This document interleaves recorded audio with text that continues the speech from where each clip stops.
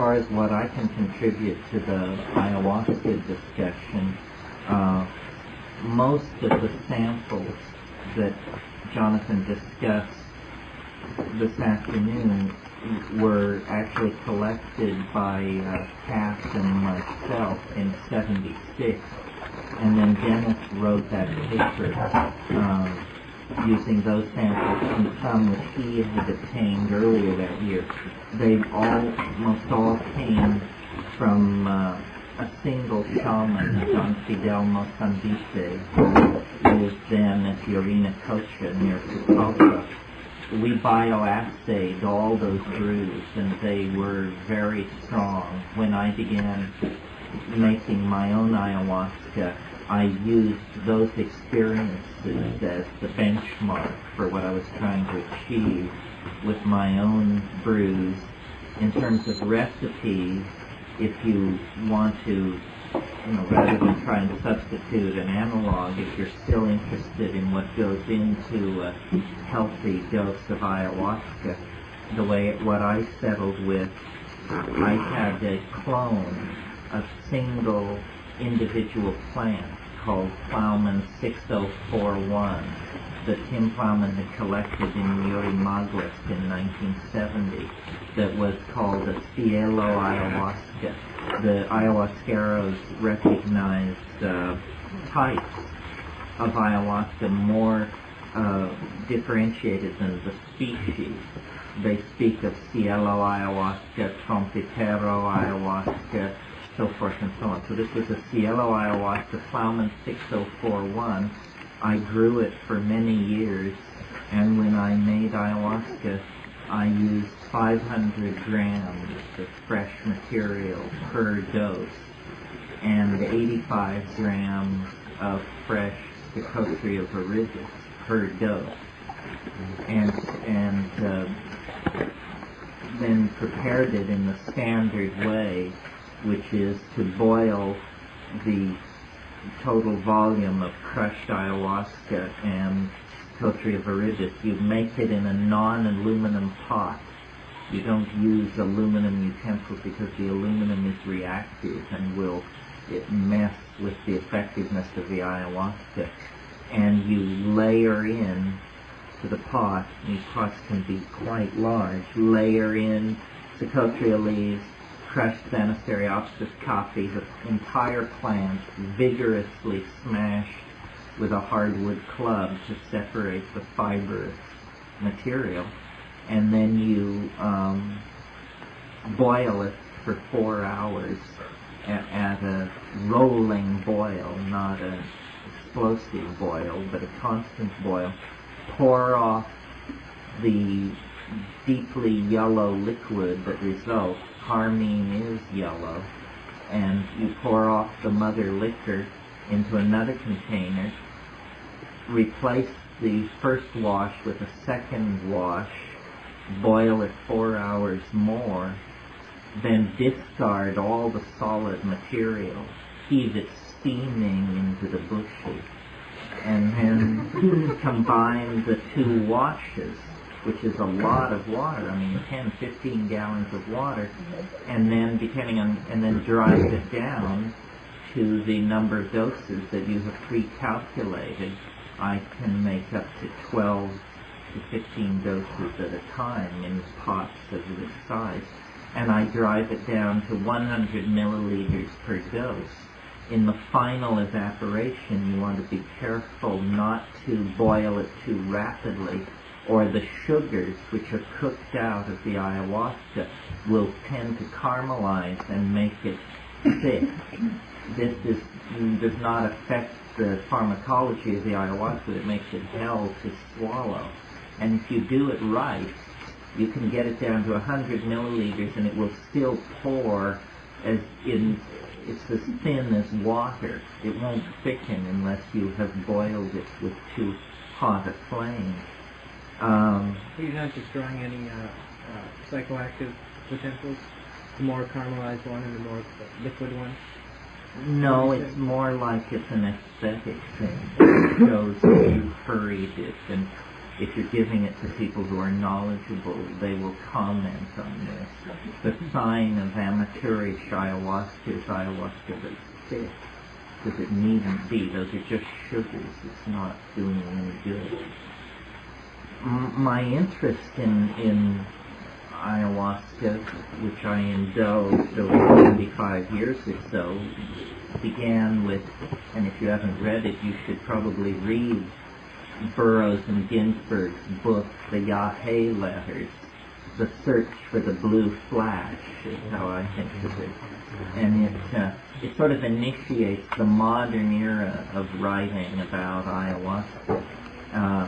The most recent interesting book about ayahuasca, other than Eduardo's commentaries on the paintings of Pablo Amaringo, is probably Michael Taustig's book, Shamanism, Colonialism, and the Wild Man, which is just a wonderful book. Even if you don't give a hoot about drugs, I think it's a wonderful book for the richness of the language and the way in which he tells the story of the 20th century history of shamanism in the Putumayo region. But my interest in ayahuasca was the same interest that many of the early ethnographers and anthropologists were motivated by, which was persistent rumors of group states of mind. As Jonathan mentioned, the first people to characterize the alkaloid named it telepathy. This was because they had the grandiose hope that this would be a telepathic drug. And in a sense, I think it's too early to dismiss this possibility. Most of us think of telepathy as one person hearing another person think.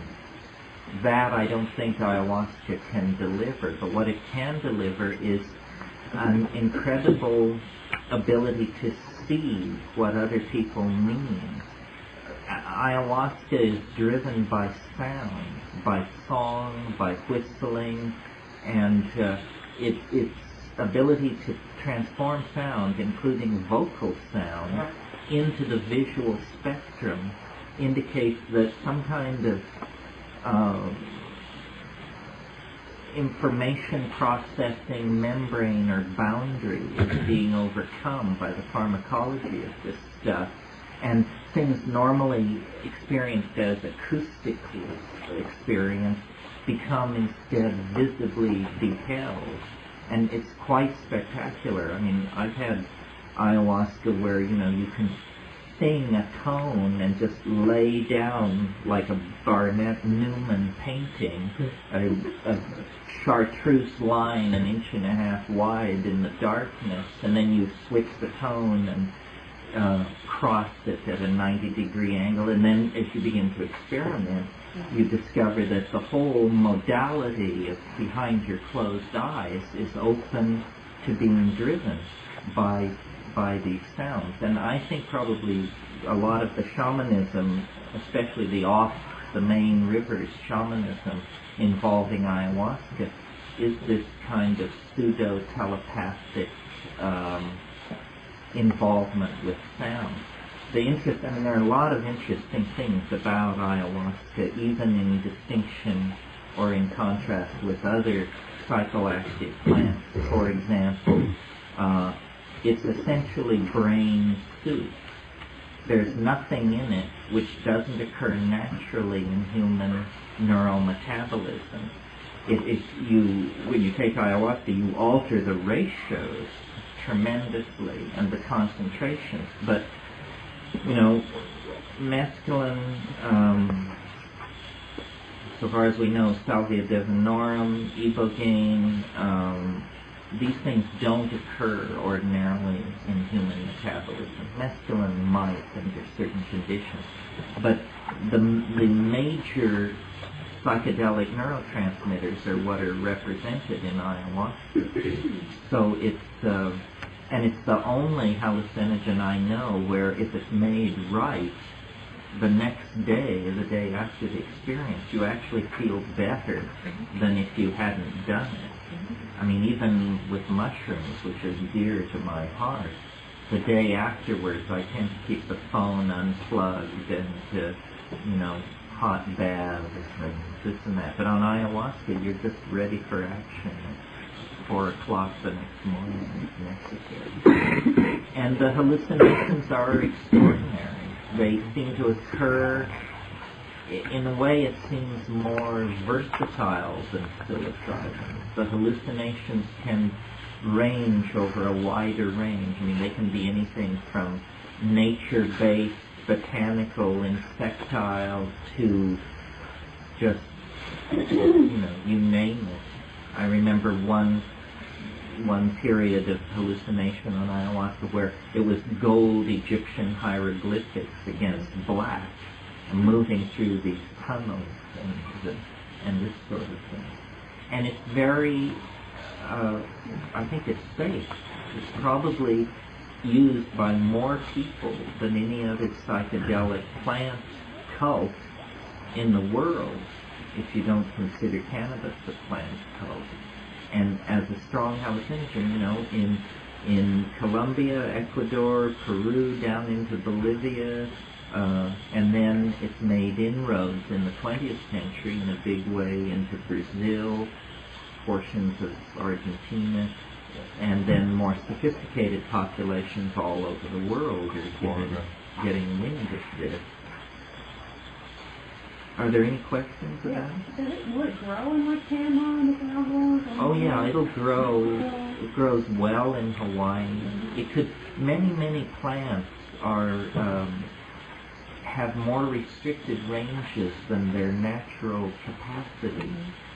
Most plants have not occupied their full range. This is a consequence of the glaciers only having melted 20,000 years ago. Ayahuasca, one of the things that interests me that I've talked to Brett Blosser about is, I think that there may be Banisteriopsis of some sort implicated in Mayan religion. Nobody has ever been able to prove this, but there is a whole elaborate kind of Mayan symbolism that you see at Tulum and at other sites that's called umbilical symbolism. And I think these things that have been taken for umbilical cords are probably vines of some sort. The last time I was at Tikal, in the ruins themselves, there were many yellow flowers, Malpighiaceous flowers on the ground that had clearly been shed by large vines, which you could see going up into the canopy. And I collected in Belize non-flowering Malpighiaceous vines that I was unable to distinguish from ayahuasca. So, this may well be happening, or could have been happening among the classic Mayans. And exactly what their drugs were and who used them is pretty speculative at this point. There's no trace of that in the current Mayan population? Well, there's, no trace of vine use. No, they're pretty, I think the morning glory seeds, the mushrooms among the Sierra Mazatecan Indians, the Zapotecs and the Mixtecs, among the Maya, I think the morning glory complex and the Salvia divinorum. But whatever else may have gone on, there's a whole, Jonathan is the expert on this, but there's a whole number of plants which may have been used for their psychoactive effect in Mexico. Various coleuses, the Emia salicifolia, some people believe certain water lilies, plants like Quareradia funebris even, which is now used as a flavoring for certain kinds of chocolate drinks. Still, there are depictions on pieces of statuary that seem to suggest that maybe this would have a narcotic style of usage in the past. But, yeah. I have a question about, you're talking about how the visual experience was driven by sound. Right. Have you found that the visions could be driven by anything else? Any other occurrences besides sound? Touch or Well, I tend to lie down and sit still in silent darkness. I suppose cannabis helps most of these things. But really, the ayahuasca is extraordinary. The last time I took it was in a non-traditional setting, but with one other person, and sitting in completely silent darkness. And this guy had these Tibetan chimes, you know, the kind you strike with a piece of deer horn, and it would be completely silent, and he would strike this thing, and it would form a piece of jewelry or a thing like a machine in the air, just this thing, and this thing would come into being as long as the sound was there, and then it would disappear, and then he would make another one, and it was very clear that we were seeing the same thing, because I commented on it and said and described what I was seeing, and it looked like a little thing made out of iridescent titanium with brass connectors, and it was like an enormous laurel birch earring or something like that. And it was a very specific kind of object. I think these things are very mysterious. I mean, it was a pity that Rocio's English didn't allow a real discussion of these stories about the people who disappear for days and weeks on end, who go into a parallel world. Because, you know, if you just think that these Aboriginal people are ignorant savages, well, then you can just dismiss it. But if you have gotten this far on the premise that shamans know what they're talking about, well, then you have to take very seriously this more outlandish stuff. You know, I mean, where do you draw the line, you know? And ayahuasca is, you know, Eduardo Luna, who some of you know, is very keen to insist that what ayahuasca is really about is where you get on it if you keep these diets for weeks and months and then take it repeatedly over and over in these situations of sensory deprivation. And I think these people are basically erasing ordinary linguistic structures, and they live in a world half, perhaps more than half, hallucination. And their fears of magical attack and their relationships to invisible beings and all this is a kind of, I suppose, in Western terms, the only thing you could say is it's a kind of self-generated, self-controlled schizophrenia. But that's just a word, schizophrenia. I mean, what it is it's a self-generated, self-controlled immersion in a non-causal, parallel construct of some sort. And the reason shamans live in isolation and on the periphery of modern and high-density urban civilization is essentially so that they can build these capsules in the air that they inhabit. They build unique mythological structures that are like accretions of their very powerful personalities. That's what all this storytelling is about. These stories are the contextual, define the contextual limits of what is possible. And if you live in a culture where night after night, year after year, you've grown up around the fire, hearing the most respected people in the group tell these outlandish stories, then for you it legitimizes the search for a doorway out of mundane experience. And that's really the only precondition for finding such a doorway. I mean, if you love the weird and you probe it often enough, deeply enough, eventually you'll hit the jackpot, you know, and the door will swing open. And ayahuasca is definitely very effective for doing that. Yeah. I guess the Icaros really generate a lot of visions, the songs sung, and some of those are available on cassette. Do you think that kind of visionary generation would come through in a cassette if you did an ayahuasca analog and well, if you played one of these listen, things? yeah, I mean, if you listen to music on ayahuasca, it transforms the music. You have to be very careful. I recall many years ago, it was the night of a total eclipse or some hellish thing in the sky, a total eclipse of some kind, and Sunwater and Adele, who some of you may know, and I decided that we would do this ayahuasca that I'd had in the back of the refrigerator for years, and this was like a long time ago, maybe 8 years ago, and I got it out, and I couldn't remember whether Don Fidel had said, always shake the bottle or never shake the bottle before you pour. So I said, well, to be safe, we should shake the bottle in case that's what he did say. So I did, and I've never had it hit me so hard, and I had put on a record which I had previously found mildly entertaining. And the goal of the first 40 minutes of this ayahuasca trip became to survive the playing of this record. I mean, it was so, I don't know. I've had other experiences. A friend of mine brought me a tape from tribal Afghanistan that I listened to one night in Hawaii on ayahuasca, and I became so alarmed and freaked out.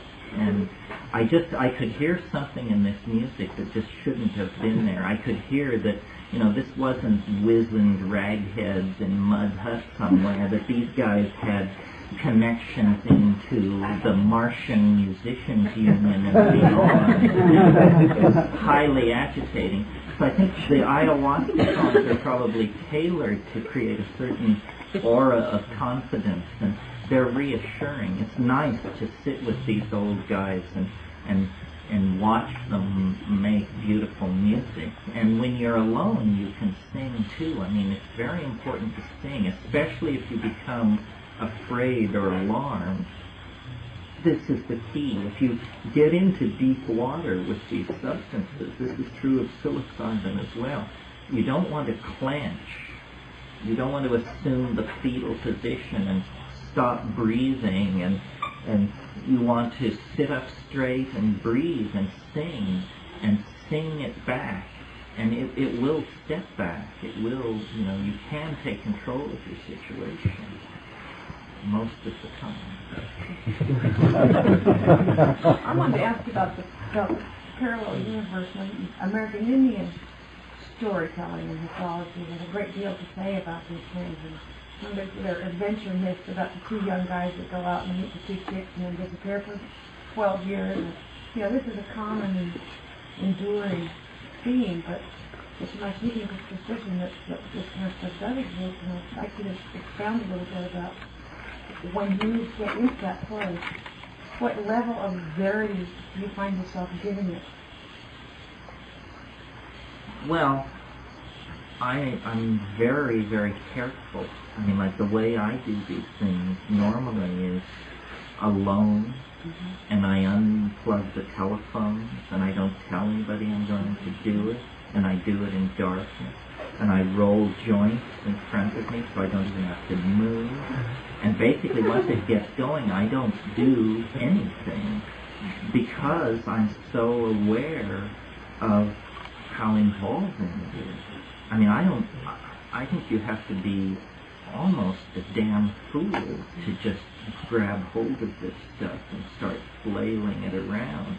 I mean, for me, it's like I creep up to the abyss and hang my head over and look, and then I edge back some. The idea of trying to actually do something is terrifying because it'll work. I mean, you can do it, but you don't understand what you're doing. So I like to look as the guy, as Peter Sellers. But the shamans are going in with a mission. They're doing purposeful work for the community. They cure. They cure and they get information. And, but the main thing, I mean, I think the getting information thing is sort of overstressed because it's astonishing and it proves that it's a higher dimension. I mean, if somebody really can see who stole the chicken, and they really can see, then even though it's a trivial matter about a chicken, there's nothing trivial about the fact that they are exhibiting a paranormal ability which seems to involve the contradiction of cause and effect. How can they see who stole the chicken? Number one, the chicken has already been stolen by the time the question is asked of the shaman. Well, so then does the shaman travel back in time? Does the shaman read the minds of everyone in the tribe and look and find who stole the chicken that way? Or is it just an inspired guess backed up by social pressure?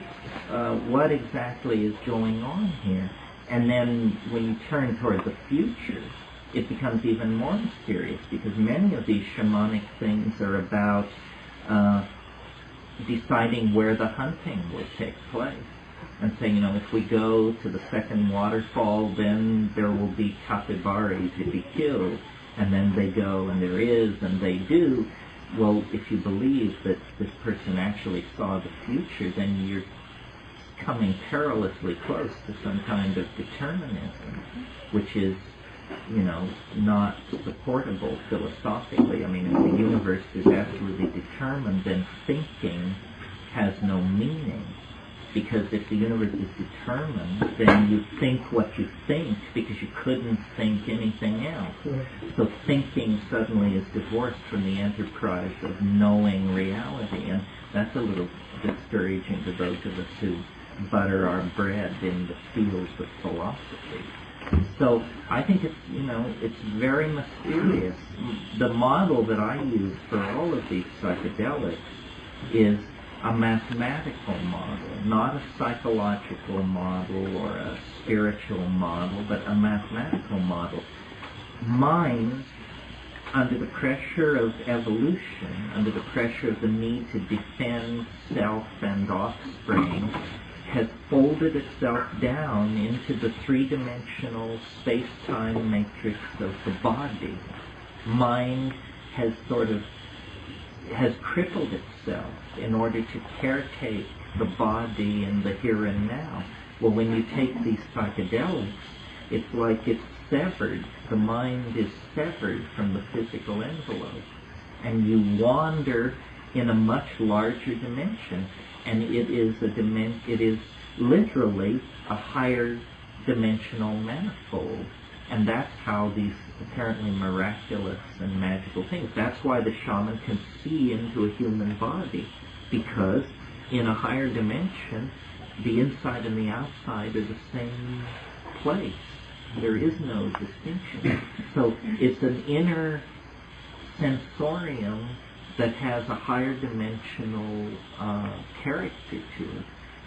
It's a great mystery, it doesn't need to detain us here, but it's a great mystery, the relationship of consciousness to number and of nature to number. After all, nature is nature, the deployed three-dimensional physical world in its dynamic. Numbers are abstractions generated, so far as we know, only by the human mind. They are inventions of the human mind. And yet nothing is as descriptive of nature. No tool is as powerful a descriptor of nature as mathematics. Why is this? Well, ayahuasca seems to say it's because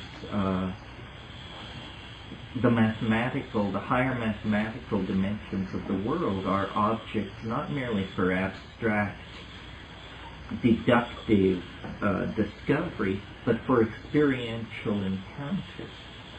And then if this is true, then our world as we experience it in the here and now and day to day is hopelessly limited and circumscribed. And this is, a very limited world that we're operating in, inside our culture, inside our language, inside our body, and so forth and so on. And in the silence, in the darkness, swept away by these alien alkaloids and the plant mind behind them, you find out a truth that can barely be told. And most of it can't be told.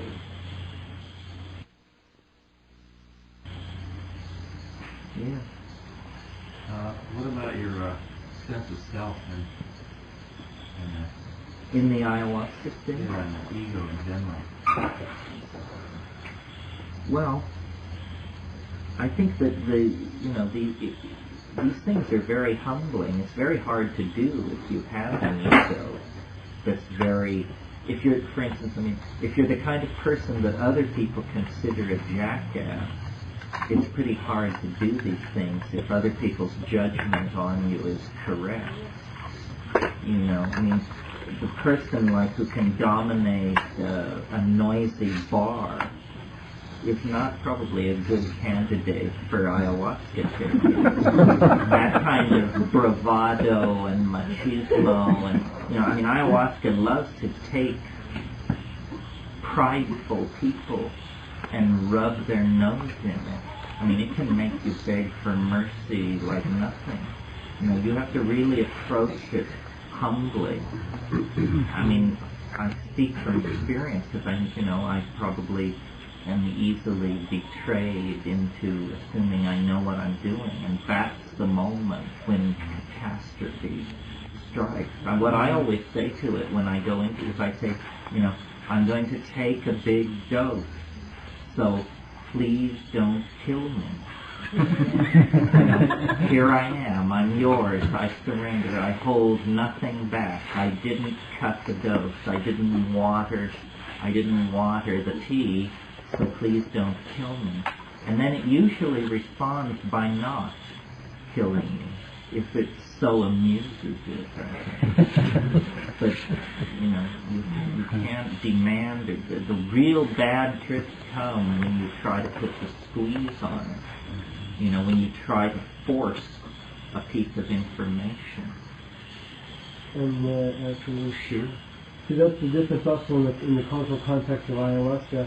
In many areas where there's been a lot of social disruption, the community, the road for hundreds of years of missionary influence, and what it still remains in the ayahuasca culture is that the people always drink it with some kind of intention either to heal someone or to send a dart to spell to kill someone or something. They don't just take it just to completely just surrender themselves and just plague.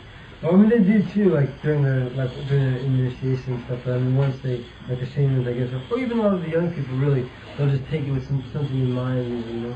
Of course, there's exceptions. So the difference with that is that a lot of times, you hear a lot of weird stories about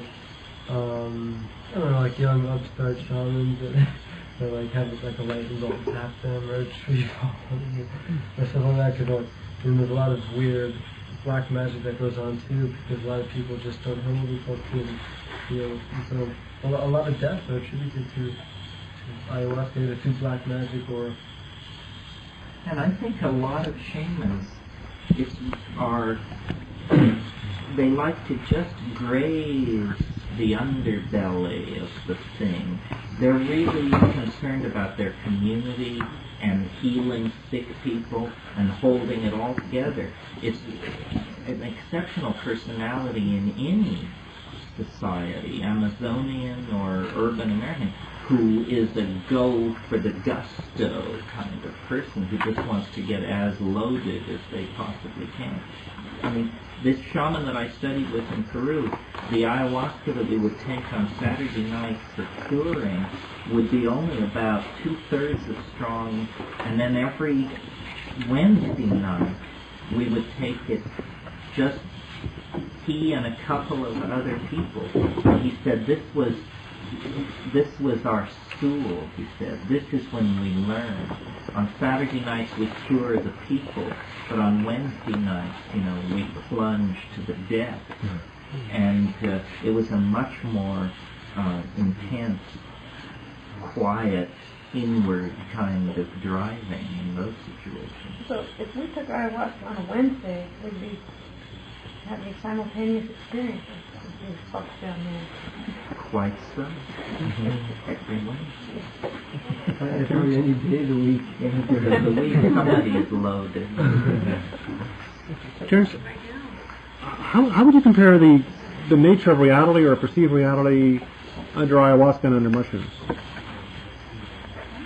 Well, The thing about psilocybin that is so extraordinary, and I think enough people have experienced this now that we can make a generalization about it, the mushrooms talk.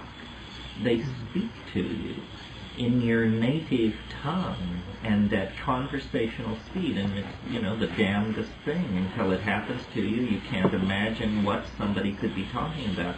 Once it happens to you, you know exactly what they mean. The mushroom is animate and articulate and also kind of extraterrestrial. Its hallucinations tend to the grandiose, the history ending, the galactarian destiny that awaits the biological overmind. It's this ta-da, ta-da kind of thing. Ayahuasca is biological and organic, and you feel the spirit of the forest, like Rosia said. It's more feminine, and after a good ayahuasca trip, you feel like your eyes are just bugging out of your head because you've spent so much time looking. The language of ayahuasca is visual. It shows you and shows you and shows you and shows you, and once this showing gets going, it's hard to shut it off. I mean, it really wants to show, but it's silently, it spills out this cornucopia of images, and you sing and you manipulate them, where the mushroom is, highly articulate. It also is visual, but it also can talk, which is just such an astonishing thing for a Westerner. I mean, we are just not prepared for talking fungi. Have you tried the two together? The two together? I wouldn't do that, actually, because I think the monoamine oxidase inhibiting properties of the harmine would so intensify and synergize the psilocybin that you might find yourself swinging from the chandelier. And the shamans don't do that either. In the Amazon, and you can rarely get an ayahuasquero to give you the time of day regarding mushrooms. They always say, well, we use mushrooms when we don't have ayahuasca, but the caveat is, and we always have ayahuasca. Is it common for women to, have you been in the jungle, women taking ayahuasca, or is it, because it's wagon? It depends on the tribals, it depends on the people, but around Pucallpa, there were women in the circles. There was this woman, this ancient woman named Isa Ura Angulo, who just, she drank with the best of them and would recount outrageous visions. And this lady must have weighed under 100 pounds. One of the shamanesses, or female shamans that we tried to contact in 76 is this famous woman who studied with Manuel Cordova Rios, the guy who wrote Wizard of the Upper Amazon. Her name was Juana Gonzalez Opie. He told us about her. She had come to him as a girl of 25 with leprosy, and he had taken her into the woods for 6 months and cured her of leprosy, which that you can cure leprosy with ayahuasca is definitely an unorthodox idea. And she became a major ayahuasquera in this area, and her stuff was said to be the best. But she had lost her hands and her feet, so the experience of taking ayahuasca with her was fraught with her presence, which was freakish in the extreme, especially in the flickering firelight. There's a sort of a new field of medicine, healing sound, in which a person's voice is analyzed, the spectrum analyzer, and the missing notes are provided to that person, just either by singing or humming, or to get the person to just match the note that he's missing. Apparently will heal all kinds of ailments. And I'm wondering if you can see sound with the curandero, just can see by the sound that person's voice is making what's totally missing in his picture. I think, thing that Well, there's some kind of diagnostic sensitivity to invisible stuff that we don't ordinarily perceive. We were talking last week, some of you may have seen this, I mention it because I'm trying to confirm it. I've seen on 3 occasions in my life, at about this light level, sitting watching someone in profile as you're watching me, on a very slight dose of mushrooms. There's something which goes on in front of the person's mouth. It looks like oil in water. And my rational explanation for what this is that you pull air into your lungs and it is heated, and therefore it has a slightly different refractive index than the cold air in front of your face. And so when you speak, the mixing of the hot and cold air can be perceived under some conditions, and I would bet photographed under some conditions, as a kind of oily, turbulent something in front of your mouth. Well, is that cheerful explanation correct, or are we on the brink of something else, some more demanding or exotic phenomenon? I don't know. Yeah. Going back just a little bit, I should probably mention a friend and I have been growing ayahuasca clones. I guess it's from your clone actually, for 3 years. And in the lack of the psychotria or DMT additives, my friend has reported numerous successes with shrooms. Adding the shrooms to the ayahuasca? Yes. What proportion do you know? Not sure. It would be interesting to know. I think you might be able to get away with that. Probably what it would be is a fair bit of ayahuasca and a tiny bit of mushrooms. One of the longest, hardest evenings I ever spent was, I got the idea I would take half a dose of ayahuasca and half a dose of mushrooms, and I felt like I was battling demons to return with a shred of my sanity. I mean, it was just ghastly. I'm pretty phobic of that combo. You took them at different times? No, I took them together. 2.5 grams of mushrooms and a half a dose of ayahuasca, and it turned me every way but loose. And it was unpleasant. I mean, I really thought I had done it this time. What it did was it interfered. It was very clear it was very clear. What seemed to be happening was that it was interrupting RNA transcription of short-term memory. So I knew who I was and my history and how I had gotten into this situation, but I couldn't remember the last 3 minutes at all. And this would create this anxiety in me. And then I would forget why I was anxious. And then that would create more anxiety. And I was into some kind of intellectual regress that was, and I was just riveted in this chair. And I thought, if this doesn't unsnap itself, they'll just put me in a ward somewhere. I'll just be carried out of here. And it felt like, that scene in 2001 when the guy is outside making the repair, and then he comes back and says, "Open the pod door, Hal." I can't do that, Dave. Well, I could almost see the jammed enzymatic machinery in the synapse. I mean, I had this very clear vision of, oh God, it's gone down the wrong pathway. The degradative enzyme has somehow been locked out of the process.